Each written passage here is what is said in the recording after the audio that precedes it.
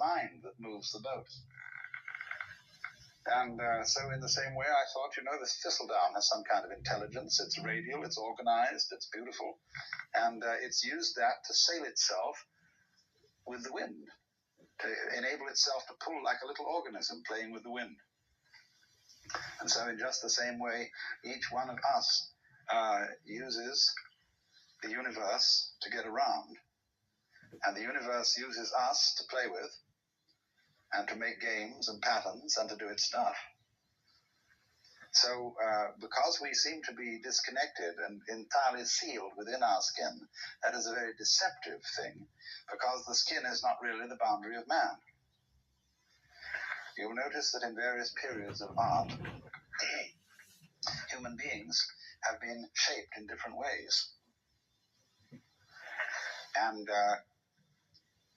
have been more or less transparent at some times, at other times opaque, and sometimes the emphasis has been on the state of mind which this human being is in.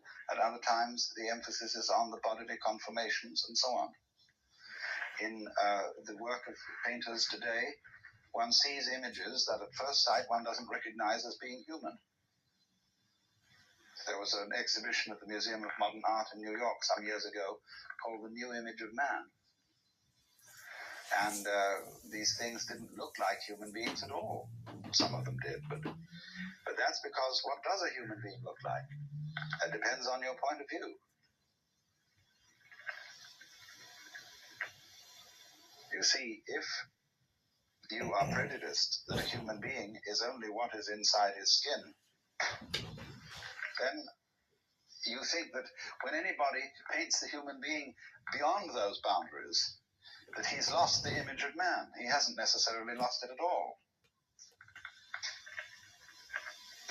You see,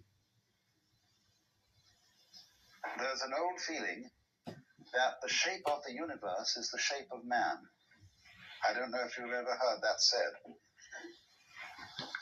That man is the microcosm, and that the universe as a whole is the macrocosm.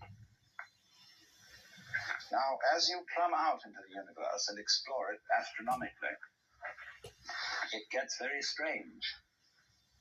You begin to see things in the depths that at first sight seem utterly remote. How could they have anything to do with us? They are so far off and so unlikely. And in the same way, when you start probing into the inner workings of the human body,